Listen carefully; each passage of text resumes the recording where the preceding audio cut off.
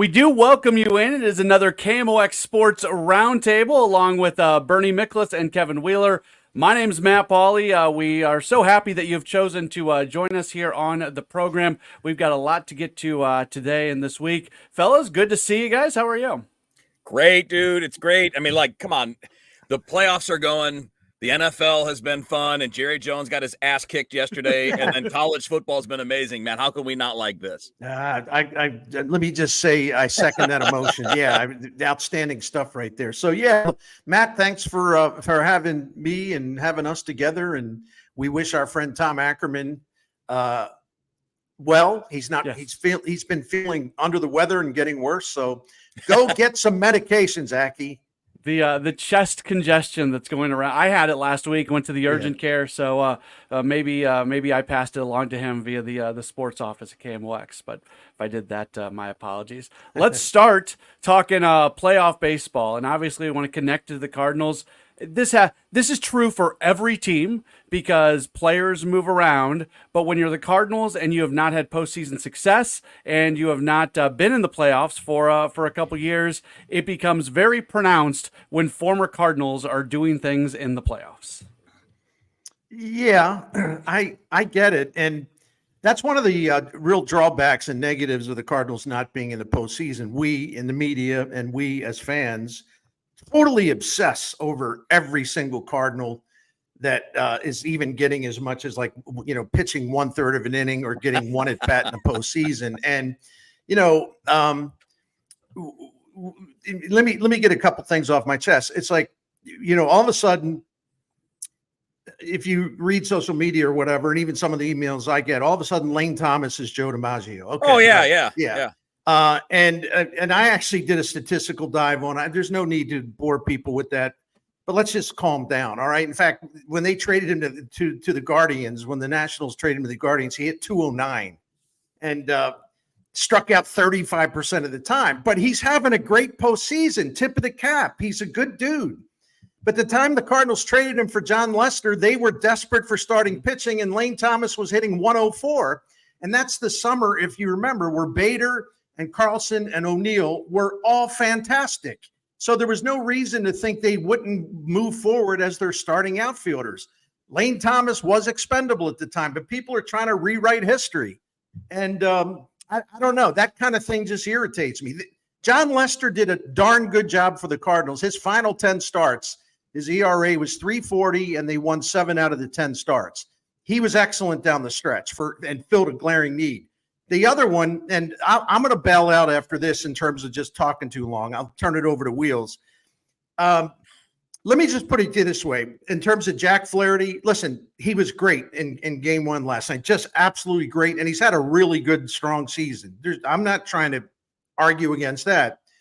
But all of a sudden, I'm hearing these people talking about, the Cardinals screwed up again.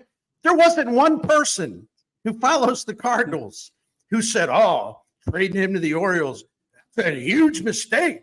They'll regret that forever. It's like with Flaherty, he had one injury after another. He had from 20 through 23, his stats were incredibly mediocre. They traded him to the Orioles, and the Orioles booted him out of the rotation after he had a 7.11 ERA in his first 7 starts there. They kicked him to the bullpen. So I will say this, anybody who is now claiming at the time, they said, that's a mistake to give up on Jack Flaherty. All due respect, I want you to submit to a polygraph, okay? Well, and Wheels. Shut up. I'm sorry, man. To Bernie's point, he was terrible with Baltimore last year. The team that deserves the credit here is Detroit. They were able to unlock Flaherty and get him back to what we saw from him early on in his Cardinals tenure. Yeah, I mean, with Flaherty, the problem wasn't that they dealt him. It was that they weren't able to do what Detroit did, which was get him right? Get him into the lab, get some things working so they can make him better. One of the things that Detroit's done really well, and this is where we talk about the Cardinals needing to make up ground, is their assistant pitching coach is a biomechanical engineer. He's not a pitching coach. He's not a guy that's out there doing strategy. He knows how the body's supposed to move, and that's what they talk about a lot. That's his job. They have a main pitching coach named Chris Fetter who does a lot with tunneling and pitching strategy and mechanics and all that. But Robin Lund is the guy's name. His job is to teach these guys how to move down the mound correctly, and that's where Flaherty picked up 3-4 miles an hour on his fastball. Remember last year he got mad because, I think he got mad at either Jimmy Hayes or Derek Gould because they were noting that his fastball was only 91. And he's like, well, it's the art of pitching. Yeah, well, your art of pitching is now you throwing 96. Something changed. Something changed, and it's a physical thing. And I think that's the stuff that we should be able to look at and say, this is where we're learning from playoff teams what the Cardinals can be better at. Not a guy that would have been their 4th or 5th outfielder for a couple of years. Not Tommy Edman having a few good plays here and there for the Dodgers. Tommy, you have 4 Tommy Edmans. You have those guys in spades all over the organization. Good baseball guys who can do a lot of things, but have their limitations. Like Tommy's limitation is he doesn't hit right-handers, which is kind of tough when you're a switch hitter. So, we don't need to retroactively grade roster moves or roster decisions. And by the way, I think Eric Fetty's probably a better guy to have going into next year than Tommy Edman. Nothing against Edman, good player, but you have other guys that can do that job. You didn't have another Eric Fetty who can come in and be a stable rotation piece. So what we need to learn from these teams isn't how much the Dodgers and Yankees spent, and it isn't retroactively grading moves. It's why do the Indians find ability to get pitchers out of nowhere, and all of a sudden they throw 100 and nobody get him, like Cade Smith. Before this year, who's Cade Smith? They helped make these guys. Detroit did that. The Dodgers do that to a degree, but they also spend big too. So those are the lessons to me. Yeah, and I'm glad you pointed that out. I'm sorry, Matt, real quick, because I'm so glad you mentioned that, because you don't criticize the Cardinals for trading Jack Flaherty. Right. You question the approach and the fact that they couldn't fix him. They couldn't give him what he needed to become a better pitcher. Now, that's a valid criticism, and I'm glad you brought that up. But that's a separate issue. Yes. The idea of you don't trade him. Well, you're going to sign him to a free agent deal?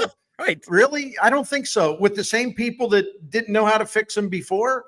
And actually, Dusty Blake's done a really good job, but that was one he has. Yeah, Derek Gould had a great story in the Post-Dispatch today about how they made some pitchers better. Yeah.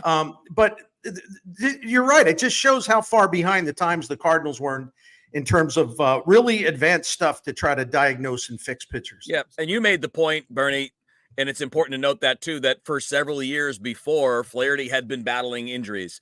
The shoulder problems, and he was healthy this year. So we can't always grade these moves based on what it looks like a year or two later, because the situation at the time was different. Kevin, to your point about learning from these teams and looking past payroll, and payroll matters. You've got 3 of the 4 teams have very high payrolls. They're spending money, but you look at all 4 of those organizations that are still alive in the playoffs, and they all develop. They all have the infrastructure. They all have the technology that you need. I think the Mets are a great example because they spent all the money in the world. They spent it in really kind of dumb ways. They bring in a guy like David Stearns, who built up the current version of the Brewers. It's not a coincidence that all of a sudden some of these small moves, that it felt like this was a transitional year into whatever David Stearns was going to turn the Mets into. And he's such a smart baseball guy that a transitional year turned into a really good year because they're doing smart baseball things. And that's got to be the message to the Cardinals. Start doing smart baseball things. Yeah, no doubt about it. And the other thing too, when there was at least a question of whether Ollie Marmol would return in 2025, and we know that he is returning, I just want to throw this in. But I know on my YouTube channel, comments were just pouring in all the time. Well, whatever the Cardinals do, if they're going to replace Marmol, no more of these first-time managers. You need someone. You need someone with a proven track record. Yeah. Let's see. So the American League championships here. You have Stephen Vogt. Yeah. The Guardians, who's phenomenal. It's done a phenomenal job, and his experience was a longtime major league catcher, and he was a bullpen coach for 1 year. He never managed anywhere. Nope. He's done an exceptional job. Mendoza, the Mets manager, same thing. He's done an incredible job. He had never managed before. Aaron Boone had never managed before getting the job. Dave Roberts never managed Yep. before. Yep. All four guys in this were first-time managers with no previous major league experience. My point is, you can learn something from that too, which is don't go thinking you need to have a big name or some war horse who's been managing for 15 years, and Terry Francona is the exception, but he's gone. And so it's irrelevant. If you're smart and you know what you're doing and you can identify really, really incredible potential, managerial potential in a guy that hasn't done it at the big leagues before, if you're smart enough to identify that guy, you can find a great manager who had no previous experience. In other words, don't rule anything out just because you didn't like Matheny or you didn't like Marmol. Well, Cardinals fans sure like Mike Schilt now. They really love Mike Schilt now. And I believe he was a first-time big league manager with the Cardinals. When it comes to like the old school managers, because you mentioned Terry Francona game back in the game when Dusty Baker was managing, obviously when right now we see with Bruce Bochy, we hear Cardinals fans bring up those names a lot. One of the things that at times irks me, the reason those guys are so successful, it's not because they know X's and O's. It's not because they're going out and teaching something. They relate to guys. They communicate with guys. They're great leaders. They do all these things. So the old school managers that continue to exist in baseball, they exist because of their ability to relate, not because of their ability to manage a game. And they've adapted too. They're willing to adapt. Francona is a great example of that. And he's old school, man. See, I like guys who do both. He's old school. It's tremendously old school, Terry Francona, but he wants the information that the new stuff provides, and he's going to put it to good use. And he's going to work in conjunction with the front office instead of resenting them handing him information. That's the kind of manager you want. If you can get the best of both worlds, that's ideal. Those guys are not easy to find, however. Yeah. Yeah. And look, the bottom line is this: you can have the best managers in the world. If you don't have the players, you don't win. I don't care. Right. You will not name a manager of any kind who has had success and win. I'm talking about winning at the playoff level, winning in the World Series without talent. Earl Weaver had it. Your guy, Bernie. Sparky Anderson had it. My guy, Tony La Russa had it. Whitey Herzog had it. It's the players, not the manager. And that's where the Cardinals need to improve. I don't know what Ollie is, but I think that's kind of the point. It's too early to know. And he hasn't had the balanced full roster that he's needed yet to do it. So, we'll see how it plays. He's my favorite stat I've come up with recently. Ollie Marmol's winning percentage after his first 3 seasons was higher than Tony La Russa's winning percentage in his first 3 seasons in St. Louis. Now, La Russa did get the Cardinals to the playoffs in '96, and they made a run. Yep. But I mean, again, everybody wants to just pound the gavel and case closed, right. Guilty, just give it some time. I don't know how long Marmol will be the Cardinals manager. Chaim Bloom will determine that because he'll be the guy that has the right, the privilege of making a change if he wants after next season. Anyway, thank you. Along with Bernie Miklasz and Kevin Wheeler, this is a KMOX Sports Roundtable. Guys, you're Matt Pauley. I am Matt Pauley. Thank you. As we do watch the postseason continue, and there's been a lot in the media about just lamenting not having October baseball in St. Louis. Wheels, you and I have talked about it. It is, you watch these games, there's a different noise to it. Yeah. If you're ever at the ballpark, there's a different smell to it.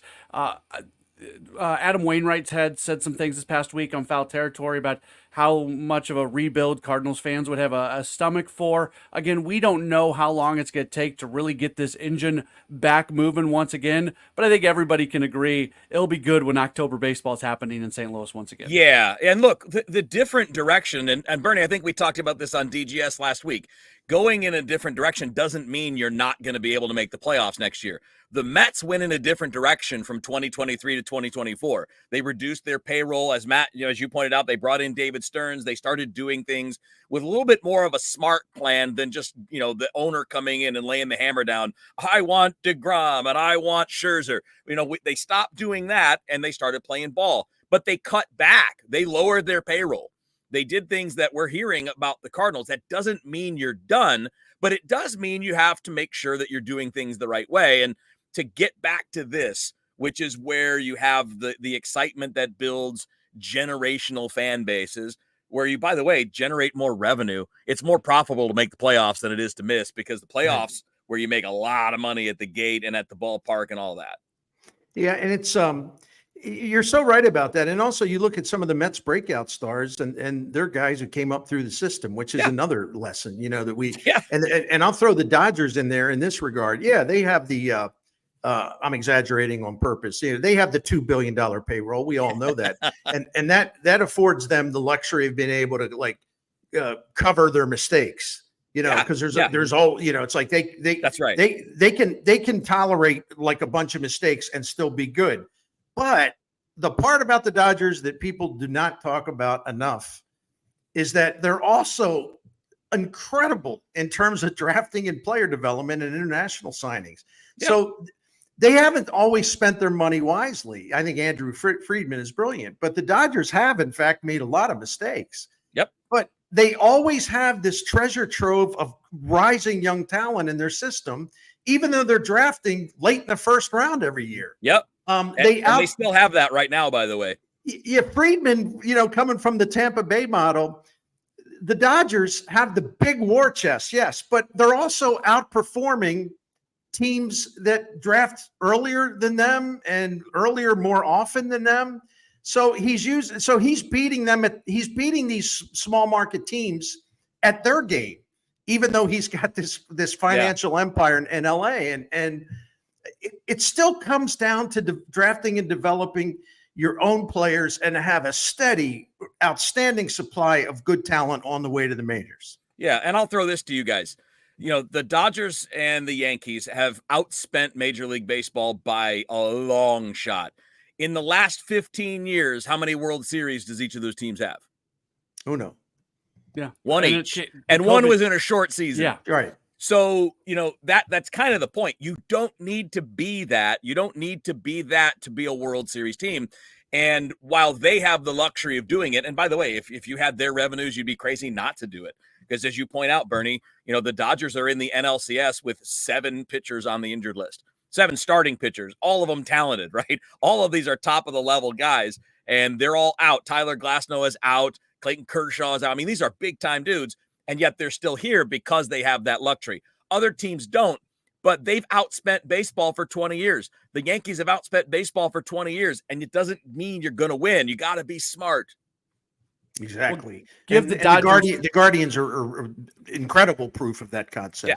Look at how well they have a system that's constantly funneling players to the majors. Go ahead, Matt. I feel like the Dodgers deserve credit for taking care of the roster 1 through 26 as well, because a lot of times these big money teams, they go spend at the top and they feel like that's going to be enough. And if you do that and you lose 7 starting pitchers, you're going to be in trouble. Well, now the Dodgers are able to run out a bullpen game and still have a legit chance of winning, and they've been doing that in the postseason. It's because they took care of all 26 spots on the roster beyond. And again, that goes back to player development, because healthy teams fill out the back end of their roster with guys coming up from the minor league system. Yeah, and they use some of those guys to trade for stars when they get to that point.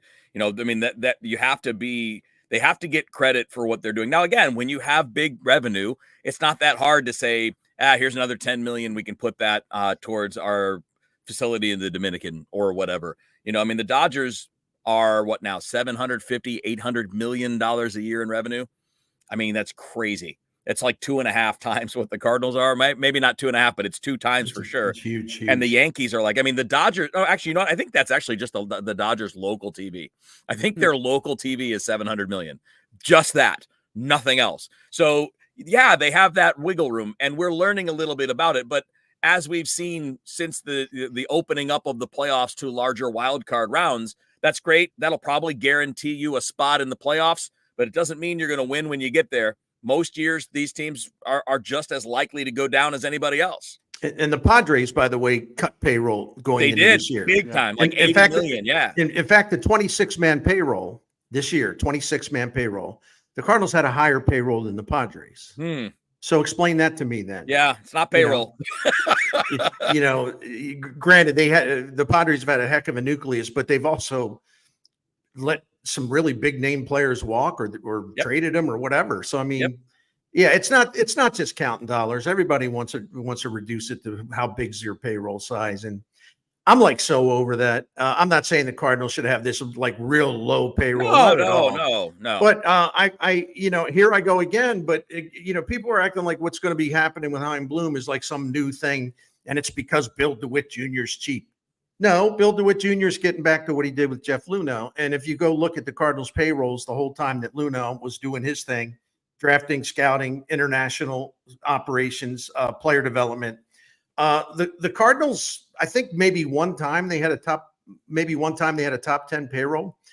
The two World Series teams that they had that won the thing, each of those teams ranked 11th in payroll. So it's, but the key is that Bill DeWitt because he saved money on the front end with all the homegrown talent coming through, he was able to supplement his roster by going out and making bigger moves that added payroll. It also kind of helps to have Albert Pujols and Yadier Molina all that time too, as well. That just a little bonus there. So anyway, Yeah. That's Bernie Miklasz. That's Kevin Wheeler. I'm Matt Pauley. This is a KMOX Sports Roundtable. As we do continue, we'll talk a little hockey for just a moment. Pretty good start for the Blues. They win 2 of their first 3 games out west. They each game they showed some character. They're down 2-0 against Seattle. They score 3 goals in a minute 55, and then they hold a 1-goal lead for the entire third period on the road against Seattle. Then in San Jose, they're down by 3 goals in the third period. They're able to get back within 1. They get the goalie off the ice. They get the goal with the extra attacker, force overtime, and win. Even against Vegas, they found themselves down 2 goals twice. They get back within 1 twice, but don't find the equalizer. I think we can all agree we'd like the Blues not to put themselves into holes every night, but at least in a very small sample size, we're seeing good character and good resiliency from this club. Go ahead, Wills. Well, I think what's fascinating is, keeping in mind too that, right out of the gate, it's early enough where we don't know a ton about the way this roster is going to play out as they go, right? San Jose is one of the worst teams in the league. Vegas probably still one of the better teams at the top. So it's to me, I don't want to judge wins and losses here. I think the bigger point for this team moving forward is they're going to have great goaltending because they're going to be inconsistent on the blue line. That was a problem last year. I don't see anything that changed that going into this year. And somehow, some way, the younger players, and I don't mean kids, they're not kids anymore. Kyrie's been around enough. Thomas has been around enough, but they have to continue to ascend. If they stay where they are, that's fine. They're good players, man. There's nothing wrong with that, but that's not going to elevate the team. The team is going to need those guys and maybe a couple of others. Maybe you get a couple of the younger kids who start off on the third line or maybe working their way back and forth between the AHL and the NHL. But somehow, some way, the roster overall needs to get better. They got bigger.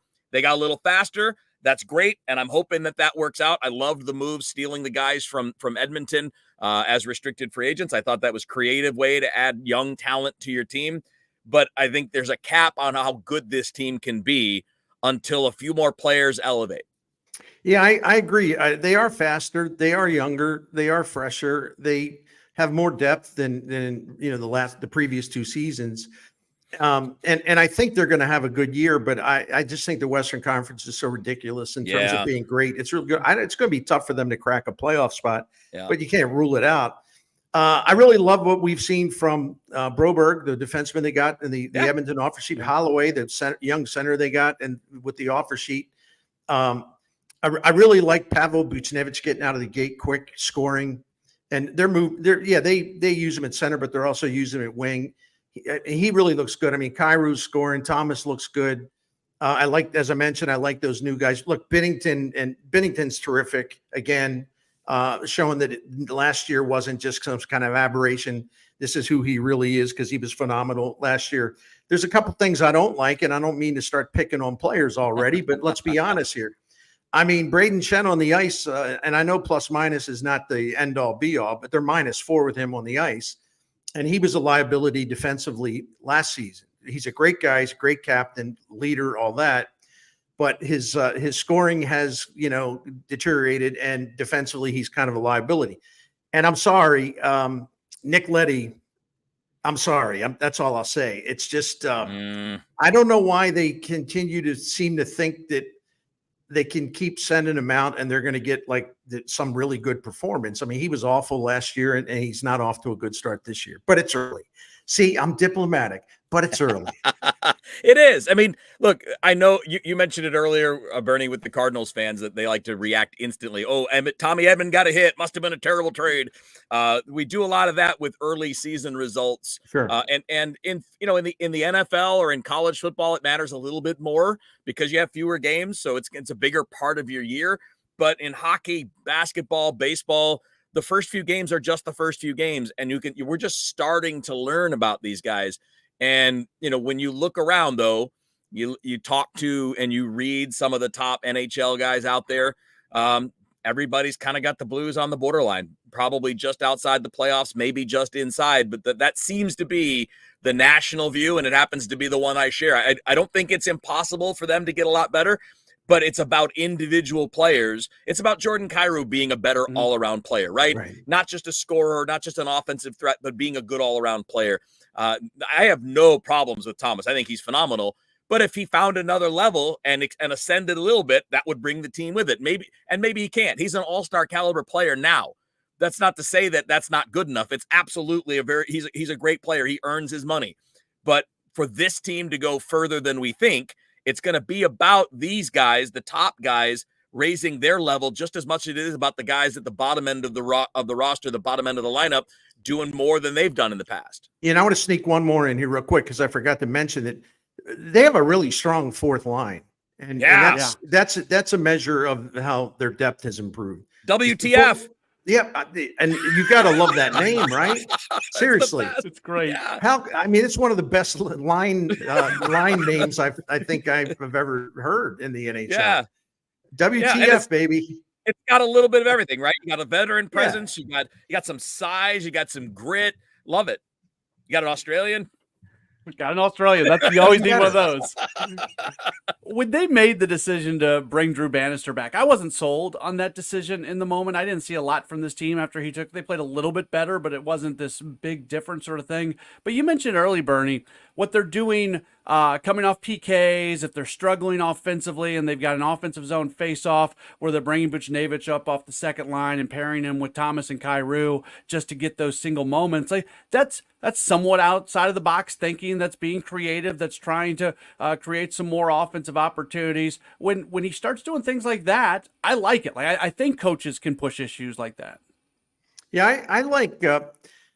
It's hard to explain. I had mixed feelings about it, but I think whether they should have pursued someone else, and I think they probably would have had the right guy been available, say Jim Montgomery, for example. But there was I had no problem with them turning to Bannister and giving him the job because, again, some people they were eyeing up probably were out of reach, so to speak.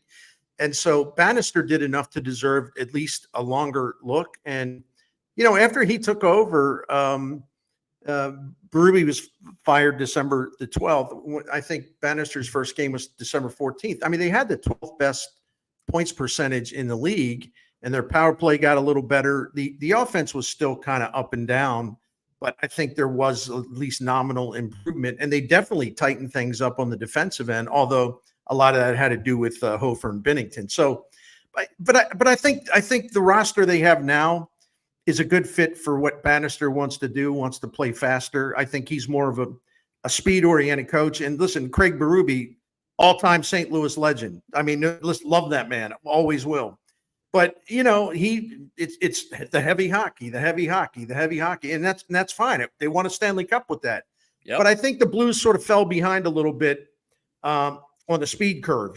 I think they did need to get faster because the league in whole is playing much faster. Like when I watch Colorado, I go, the Blues can't keep up with a team like that. I mean, it's just such a different, and that's just the first team that jumps out at me. They're a pretty fast team. There are so many teams like that, and that was more of a thought last year. I'll be very interested to see what the Blues look like. And the Blues actually had some success against Colorado last year, but just the optics of the game, it looked like they couldn't keep up. Yeah, I agree totally. And they have more star level players too. Yeah. Like Wheel said, there's definitely still a gap. The Blues closed it a bit last year. 92 points is really a fine season. It's second year of a rebuild. Yeah. But I don't know. To something Kevin Wheeler said at the top of this particular conversation, I'm not sure what their ceiling is. I don't know yet, and it's going to take time for us to all get a better sense of that. If they sneak into the playoffs, I don't think anybody's complaining. No, that'd be great. Yeah. That'd be a good season. So the ceiling for me is somewhere around there. This is a KMOX Sports Roundtable along with Bernie Miklasz and Kevin Wheeler. My name is Matt Pauling. As we get into our final part of the conversation, the college football weekend featured Missouri winning a game that they were supposed to win and Illinois finding a way to win a game that they were supposed to win as well. Two teams in two different spots and some other stuff going on nationally in college football as well. Let's start with Missouri. For me, they had to win that game. Obviously, they had to win it in one-sided fashion. But coming off the loss against Texas A&M and some unimpressive performances, even in some wins against Vanderbilt, which maybe that looks a little better now considering what Vanderbilt's done the last 2 weeks against Boston College in those first two games. To me, it felt like we didn't actually learn anything about Missouri this weekend. Well, the one thing, and I'm going to be kind of harsh here, but I think it's true. I'm not trying to do the hot take thing. I'm really not. But you have an SEC team playing UMass on the road, which if you're Greg Sankey, don't you go to Mizzou and say, look, this is an embarrassment to our conference. We'll buy that game out if you don't want to spend the money. What in the heck were they doing there? And I know the whole backstory. I get all that, but I'm still going to say, what the heck were they doing there? I mean, it's beneath the SEC level. It's okay to play, patsy teams when they're in your building, but you don't go to their building, especially. Yeah. There's no college football atmosphere whatsoever. 17,000 announced. It was more like 10 or 12. But my only takeaway, because I didn't care about this game whatsoever. I watched 3 plays. My only takeaway, no, I'm serious. There were that South Carolina, Alabama 3 more game than I watched. I'm not going to lie. Yeah, that South Carolina, Alabama game was on the same time. And that was an outstanding game. Yeah. But the only takeaway for me is that Brady Cook sailed to pass high. Luther Burden went up to try to get it. He was vulnerable. He got absolutely nailed, and he left and went into the tent, and there's something going on with his left arm. As we record this, just for people watching, I don't know when you're all going to watch it. At this point, we don't know what Luther Burden's status is or how serious or not serious the injury was. But if they're going to miss Luther Burden for any time, again, if I'm not being a pessimist, but just the idea that that's what you take out of the UMass game. You get your best player hurt. Yeah. If it happens in an SEC game, hey man, that's life. You're in the SEC. It's a physical, nasty league, right? Yeah. So yeah, I already had a sour attitude about that game, but after Burden went out with that, whatever that injury is, I was even a little more salty after that. Yeah. Yeah. I don't know. To me, Illinois had the much better weekend. They didn't play great, by the way. They blew a big lead to a bad team. Purdue's not that good. And Purdue's on their second quarterback, too. Yeah. Right. So don't get me wrong. I don't want to paint this out to be like some major success. But after it all went wrong, they still found a way to finish. I'm not sure I would have gone for 2 there like Purdue did. To go for the win on the last play. I think I might have taken my chances with overtime and given myself a little bit more of an opportunity. If I had, Oregon's offense or Ohio State's offense, maybe I do that, but Purdue doesn't have that. Like Matt pointed out there on their backup quarterback. You've had a bad year. I think maybe you continue the game. But I thought that, Illinois at the very least is showing some competitiveness when they haven't for a long time. And It's not just this game. I think throughout this year, you've seen a little bit better version of them. I'm not sure they're going to finish the year in the top 25, which is where they are now. But at least you've seen something that shows you that they can be competitive in the Big Ten. Yeah, I didn't like the way are tough. Yep. Yeah, who are they? Who they have, Matt? I believe it's Michigan and Oregon, if I've got that right. Oh, well, yeah. And Michigan's winnable. Yeah, but then after that, it's a bunch of teams that they can. So they could, if let's say they find a way to beat Michigan, they lose to Oregon. All of a sudden, you're talking about a 2-loss Illinois team. I don't think that's going to happen. I think they're likely to lose these next 2 games. Michigan, yeah. But that's a fantastic season for Brett Bielema if something like that happens. Now, they could easily stumble on the road against one of those Final Four opponents as well. But it's funny when we talk about a potential 10-2 Illinois season. It's fantastic when we compare that to Missouri. Oklahoma fell out of the top 25 by getting run off the field by Texas this past weekend. So now for Missouri, their only game left against a top 25 team is Alabama. They're likely not to win that game. So even if they win every other game, finish 10-2, but they've got a blowout loss to Texas A&M and don't have another win against a top 25 team, I don't know if that's enough to get them in the college football playoff. That's a great point. And I'm still not sure I'm going to use this word again. I'm not sure what the ceiling is for Mizzou football. And I don't want to blame everything on the quarterback because that's easy to do. But the fact is, they have a lot of weapons on offense, and Brady Cook has got to play better. He just absolutely has to play better.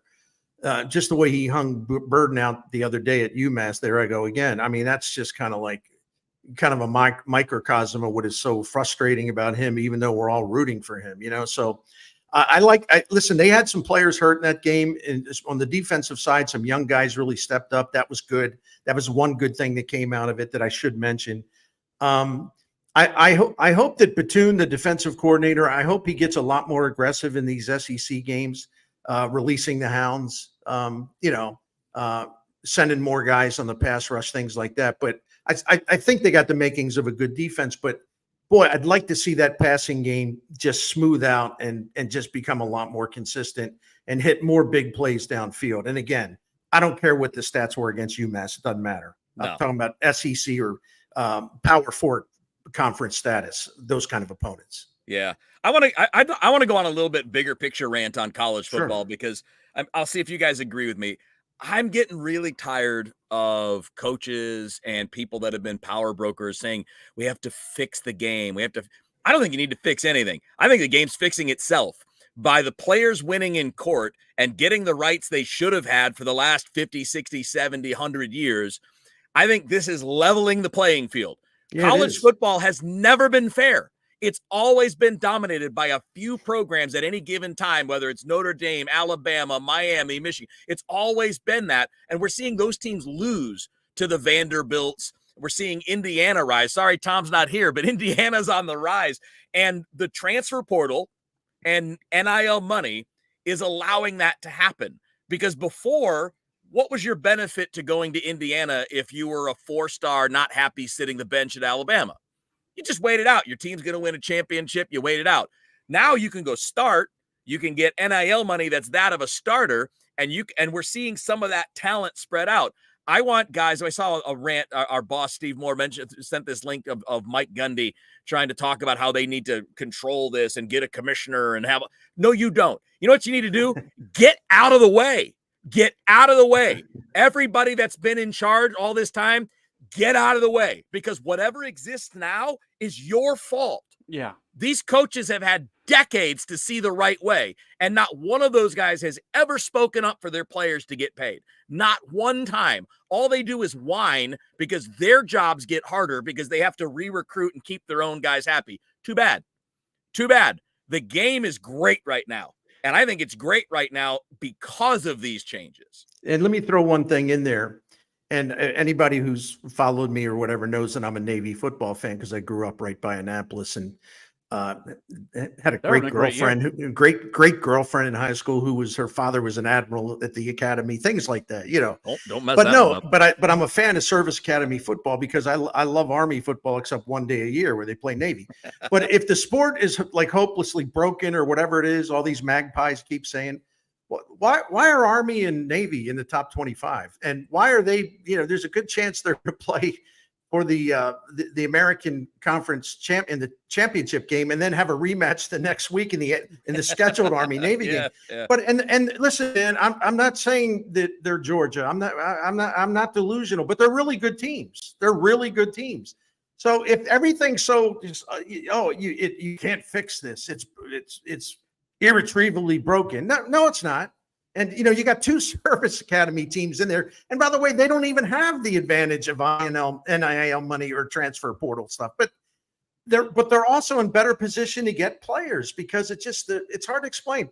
Players are running all over the place. It might give kids that are thinking about the service academy, they might think about, well, no one offered me anything. It's not like I got an offer to play at a Big Ten school. Yeah, I'm gonna go to Navy. I'm gonna go to Army. I'm gonna go to Air Force. So I think that's one of the cool things about this season too. And granted, I'm a little bit of a fanboy when it comes to service academy football, but those teams are really, really good. Yeah, I spent 7 years working at the Air Force Academy doing athletic stuff for them. So I remember at one point the wrestling coach at Air Force said, "We should always be one of the top teams in the nation because we can offer kids that things that other schools can't. You're going to walk out of here with basically a 6-figure salary and the second lieutenant status and everything." Yeah. It's a little bit different when we're talking about football and basketball, but yeah, we see service academies have success all the time, and there's certainly something that they can do that other programs can't do, and it's fun to be able to see. I guess my bigger thing is stop listening to the people that did things that got us to this point. That's right. Yeah. Nobody had any foresight. Nobody was looking out for the players. It was always about guys maintaining control. Coaches are control freaks. Athletic directors are control freaks. Commissioners are control freaks. You know what? They lost a little control, so they're unhappy. Too bad. It's good for the rest of us. That's Kevin Wheeler. That's Bernie Miklas, fellas. We have run out of time for today. We could go on probably forever and ever and ever, but this has been a fantastic conversation. I can't wait to do it again. I always enjoy this, and thanks for having us, getting us all together again, and hopefully we'll do this. I know the plan is to do it at least once a week. I'm up for doing more of these a week, so yeah, very happy. All right, Very let's good. go. Awesome. You've been listening to and watching a KMOX Sports Roundtable. Thanks for joining us.